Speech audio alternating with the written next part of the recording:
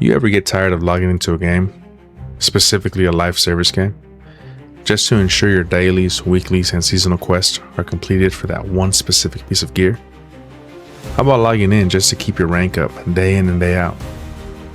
The wall finally came crumbling down with Destiny 2.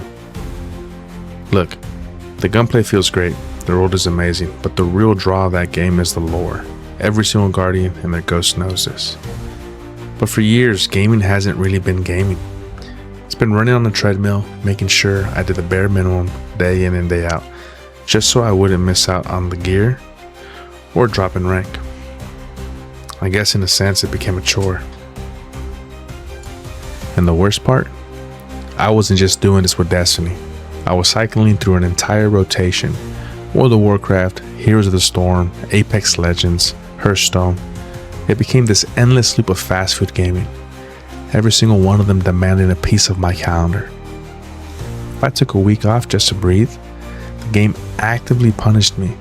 I'd come back to find content locked behind the paywall, or my character completely left in the dust because the meta shifted. One evening, I sat there looking at the loading screen and it finally hit me.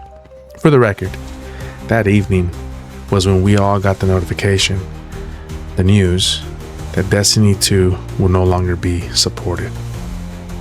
I was paying a monthly subscription and buying battle passes just to treat a video game like a second job. But it wasn't just the time investment, it was what it did to my head. When a game becomes a job, you stop playing for the joy of winning. You start playing out of sheer fear of losing. You log into Apex or Heroes, already tense, knowing that one bad teammate or one off-meta pick is going to flush 40 minutes of your life down the drain. And the community? They're trapped on the same treadmill, and they are just as miserable as you are. It's an environment where mistakes aren't just part of learning, they're a personal insult. You're getting screamed or flamed in the voice chat, or even in the regular chat, or a ping system, by a teenager who hasn't seen sunlight in days. Or you're opening Hearthstone just to get hit with passive-aggressive emotes from someone running a broken net deck they've copied 5 minutes ago. You find yourself getting genuinely angry at a screen, completely forgetting that this was supposed to be your escape. You aren't chasing a high anymore. You're just managing your stress. I looked over at the library.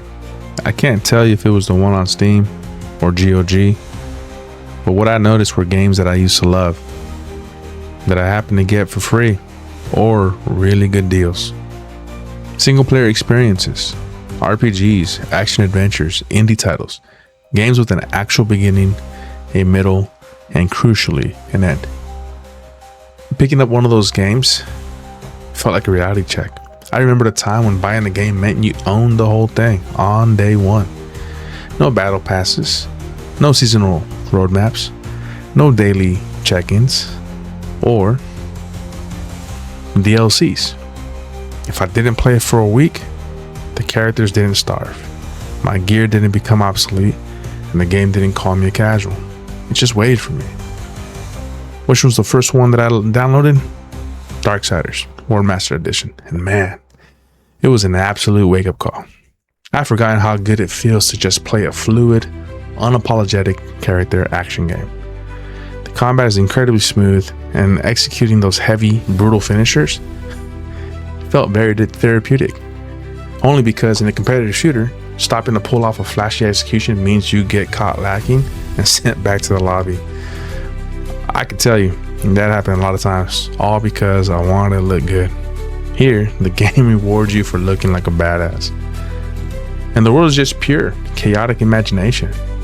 1 minute you're trying to solve an environmental puzzle, and in the background, Tiamat is having a mid-air dogfight with the Angelic Mount.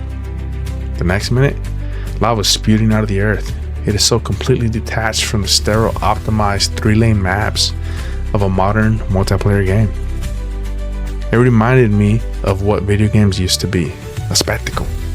A contained, widely creative playground where the only person I had to compete against was myself. So, that is why I started LateArrivalGG. I didn't just want to quit the live service treadmill. I wanted to build a sanctuary for anyone else who is feeling the exact same burnout. This channel is my way of opting out of the second job mentality. I'm not here to manage a rank. I'm here to experience a game. We are officially done chasing metas, hitting daily quotas, and worrying about seasonal FOMO. Instead, I'm diving straight back into the backlog. I'm going to be streaming the classic single-player experiences, the hidden gems, and the historic titles I never got around to playing when they first dropped. Once the credits roll, I'll sit down right here and give you my honest thoughts on the journey. Because if my time with Darksiders, mind you, at the time of this recording, it's only about 4 hours, has taught me anything, it's a lesson that modern gaming desperately wants us to forget. It is completely okay to be late to a game. Better yet, okay to be late to a masterpiece. The games aren't going anywhere. It'll wait for you. I look forward to tackling for the first time Red Dead 2, Sekiro, The Witcher 3, Mass Effect.